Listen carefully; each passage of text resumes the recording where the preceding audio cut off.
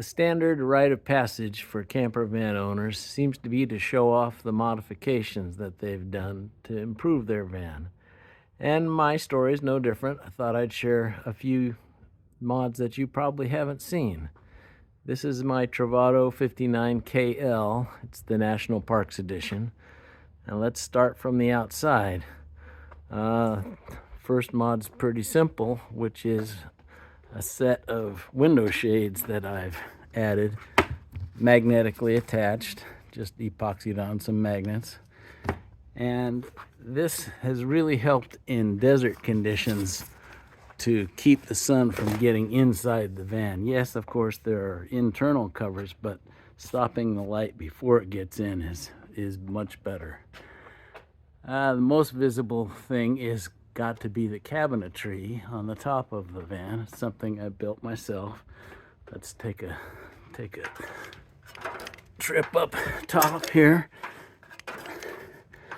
So these cabinets are L-shaped, and you can see that they're only a foot tall, which is the same height as the air conditioner, but 4 feet deep. Actually over that. And here, let's open the cabinet up. You can see inside we're able to store big tall things, folding chairs, folding tables, a traction pad in case we get in trouble, and I've put solar panels on top. Another thing that I did was to pull the roof rack, which was pretty much worthless, only holding up the existing solar panels. Pulled it down to make a grab bar so it's more secure to access. Threw on some rings, thought that might be good for clotheslines or something. But with this attic, we can store things that we would like to have around but just don't want inside. Other roof additions, I added these 360 vents to the black tank and the gray tank. I don't know if they do anything, but they were cheap and easy. We added, here's the antenna for the WeBoost Reach RV package that I bought. Kind of mixed, but basically really good and helpful. The other thing we've got is a rear view mirror camera. I'll show you that on the inside. This isn't really a Travato mod, but I thought I'd show how we empty our gray and black tanks. We happen to have some cleanouts available on the side of the house, but they're higher up than the tank. So we just attach this macerator pump, hooks right on, plug it in at 12 volts, and does a really clean job of cleaning the tanks out. Virtually never use another drain system. On the back, I got rid of the ladder that came with it and just put in a regular stepladder, which is far more useful thing around a campsite. Attaches to the same hardware. I did add a piece of 3/4 inch aluminum to hold it securely, but it attaches to the same bracket that the Travato camper came with. The bicycle rack is standard Travato, but one thing they don't tell you is that with two 50-pound e-bikes on the back, you can open it, but you cannot close it because the hinges sag and you can't get the doors closed. So probably it would be better to get a hitch mount swing type, but it's what I've got. Rather unfortunate for the newer models of the Travato that have their water panel in the back requiring you to open those doors. We basically never open the doors. So let's go inside. First thing Travato owners will notice is we've got a nice big clear area for cooking and whatever. Cleared surfaces are pretty much at a premium. Now there used to be a propane cooktop here, but it was a disaster. The first time we used it, even with the windows open, the smoke alarm went off. It heated up the whole insides of the camper, and it was just not good.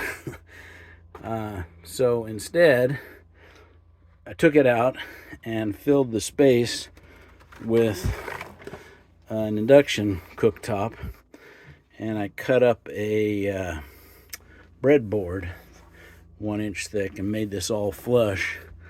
And we don't use it that often, but it's sure better than the propane.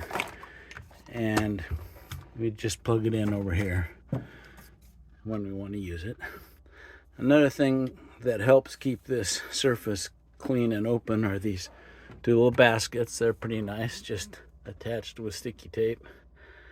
And this is one of my favorites, upside down Kleenex box mount. Wonderful device. Everybody's got their own towel holder. I like ours. It's great. And so back to the WeBoost. This is the amplifier portion that I've mounted upside down, which makes it overheat, so I added a fan. The RV package unforgivably comes with an AC adapter to power it, but no van owner wants to run their inverter just to power their booster. So I guess they think you're gonna buy the 12 volt adapter separately, but it was really expensive from them, so I built my own and have a switch here to turn it on and off. Blu-ray player. I put in a larger TV. The WeBoost Reach, the antenna, it's difficult to get it to get far apart. So the antenna comes in from the roof, goes to here, and then the other part of it is over here. There's the little antenna here, and we keep a phone here just to run the hotspot. And it really makes a difference. The RV package is fairly poorly done, I think, by WeBoost. The cable from the antenna to the booster is about 20 feet long, and it's 75 ohm cable, even though the amplifier is 50 ohms and the antenna is 50 ohms. So you've got a mismatch plus a long lost cable.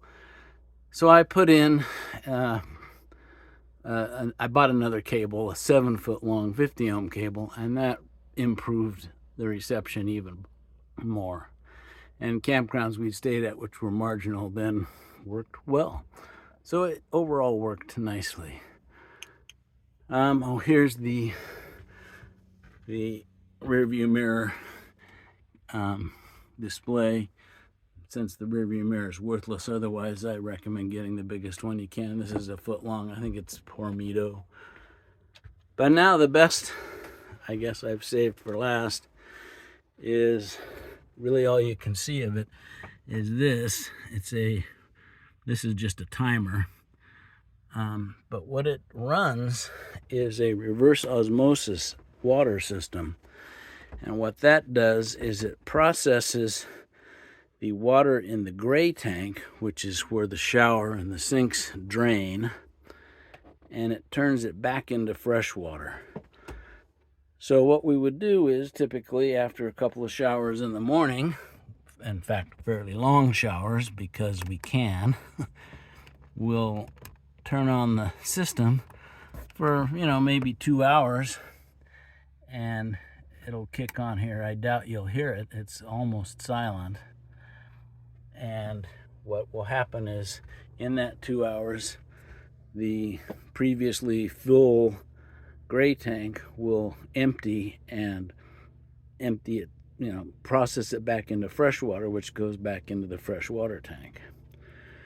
So we'll typically go out for 5 to 7 days, never need to add water, and we don't fill the tank. We don't need to do a drain until the black tank is full, which is about a week with the 2 of us.